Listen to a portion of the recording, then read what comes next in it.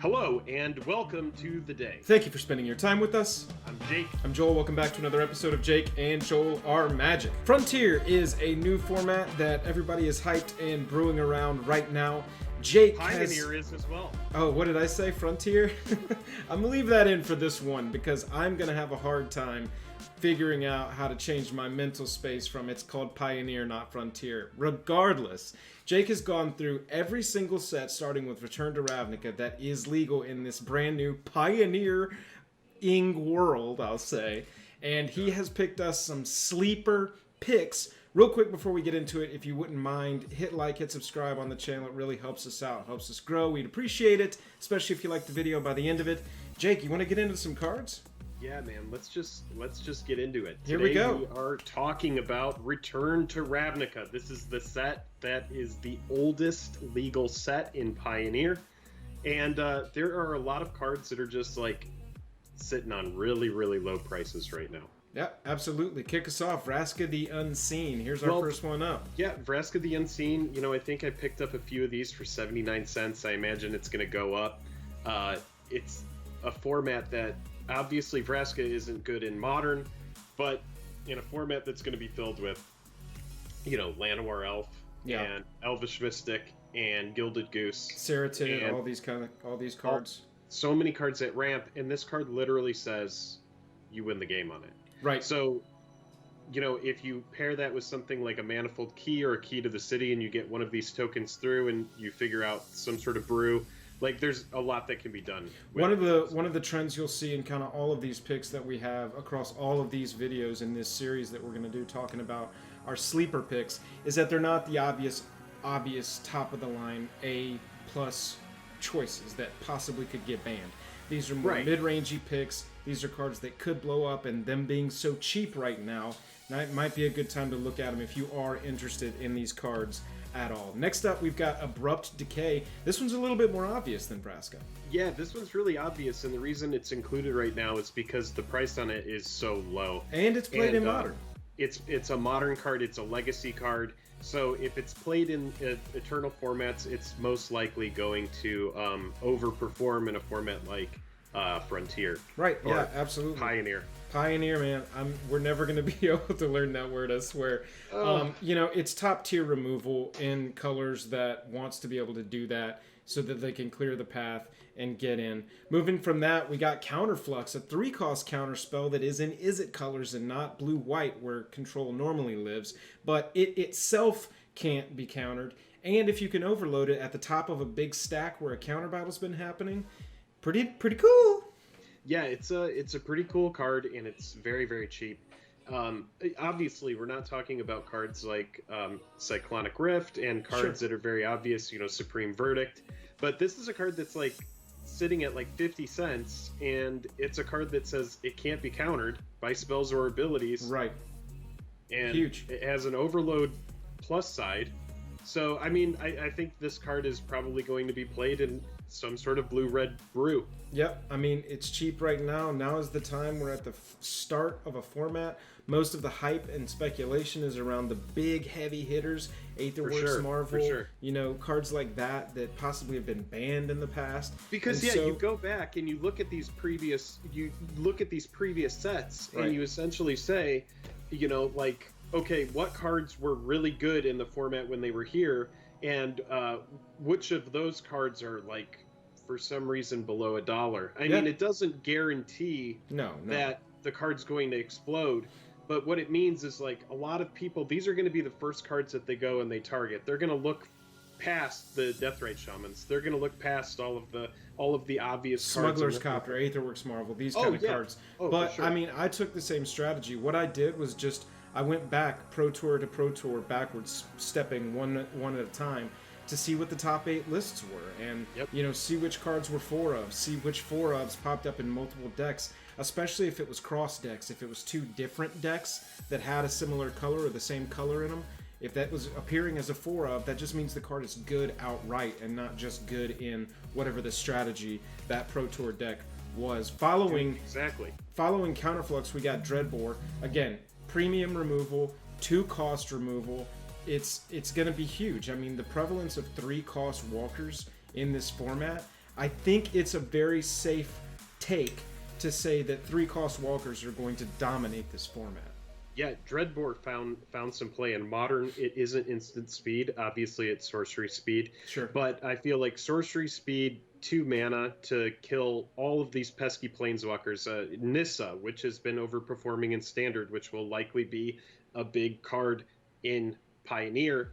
Dreadbore is going to be an answer to that. And Oko, it's going to be a nice, both clean... Teferis. Liliana Last Hope is back in this format, I'm pretty sure. Yes. You've so got, Dreadbore? Yeah. Dreadbore they're is going to be everywhere. a card. All the colors are going to have access to very, very dope planewalkers.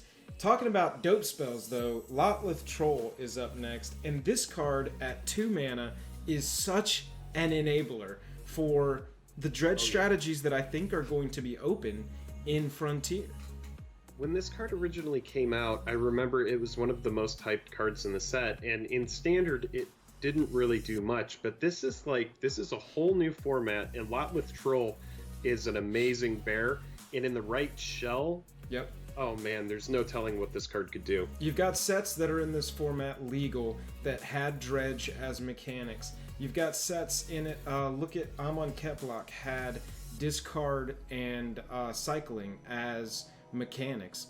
Other, strategies that some of these cards that can bounce into those strategies, they're gonna start popping up.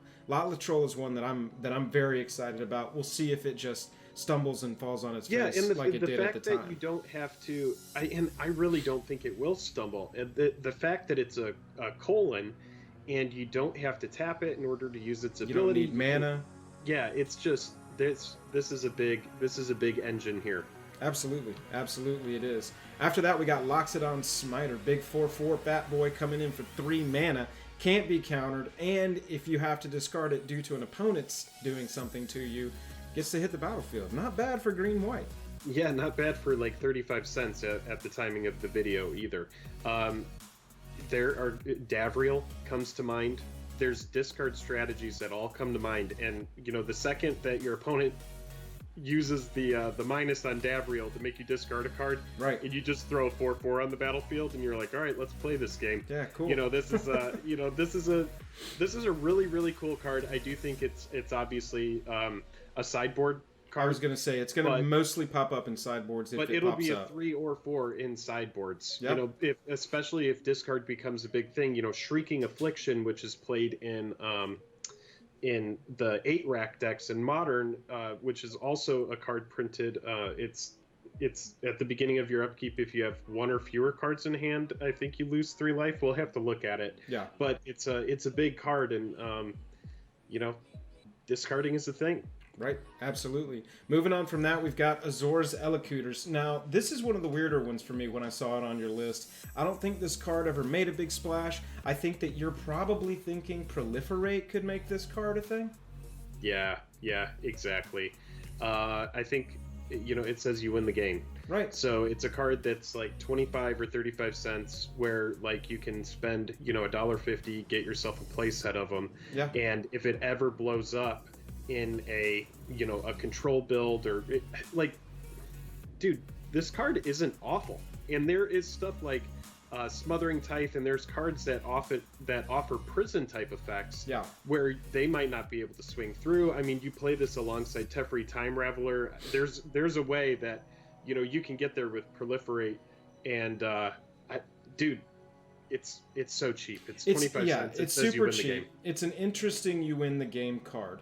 I think that the biggest restriction against it right now is that it does cost 5 mana. Sure. I wonder exactly how fast this format is going to be when everything settles out, and if the speed of the format, like Modern, eliminates some strategies from being viable, like something like this, because in and of itself, it hitting the board on turn 5, I think blue-white wants something that affects the board more or affects the game more, and is harder to get rid of once it does stick, because this one needs some other cards to get going. But, I mean, you know how I like to play. I'm down to try and brute any card that says you win the game. I mean, 7th Sun decks, or 2nd Sun decks, sorry. Just thinking about that. What is that card called? The second Approach of the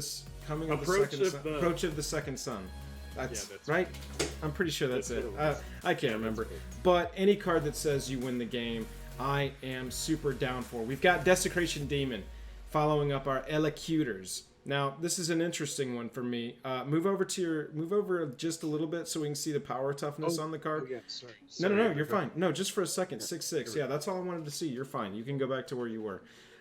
This is an interesting one because it does have a mana cost that is fairly good for a format like this if it's your maximum top end.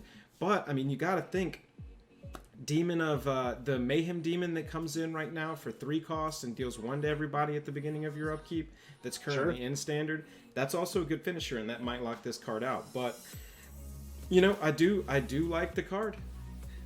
When it was in Standard, this was a card that was played. I remember playing against it. I remember playing with it. I still have a play set of them in my binder from when I did play during Return Ravnica. And the fact that, you know, they have to sacrifice a creature and then it puts a 1/1 counter on it, it's a pseudo removal. If they can't answer the 6/6 in the air and they have dudes on the battlefield, they're going to sacrifice them to tap this down until they ultimately can't. And that was one of the big appeals of the card, was that, you know, it's not like Clackbridge Troll where it's offering, you know, a bunch of creatures to them and then, you know, life gain effect and draw a card.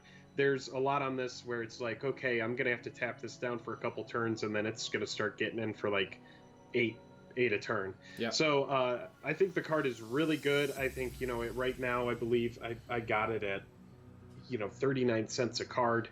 And that's the current price right now? That's what, when I was going through here, I just went through on Card Kingdom and I was looking at cards and, you know, these are just cards that were really good when they were in Standard. We don't know if they're going to perform as well in this, but I mean, I wouldn't be surprised if they do. A lot of people are going to revisit these old cards that were good when they were in the form. Absolutely. That brings us back to the beginning of our list. Everybody, thank you so much for watching. Those are our sleeper picks for Return to Ravnica. Very excited about Frontier. Wish that it was going to be on Arena. Pioneer. Damn. Wish that Pioneer was going to be on Arena because it sounds like a really good time. Everybody, if you enjoyed the video, think about subscribing, thinking about liking. We're streaming 2 days a week over on Twitch. We have a Patreon if you want to support us further. I'm tapped out. Jake, you got anything else?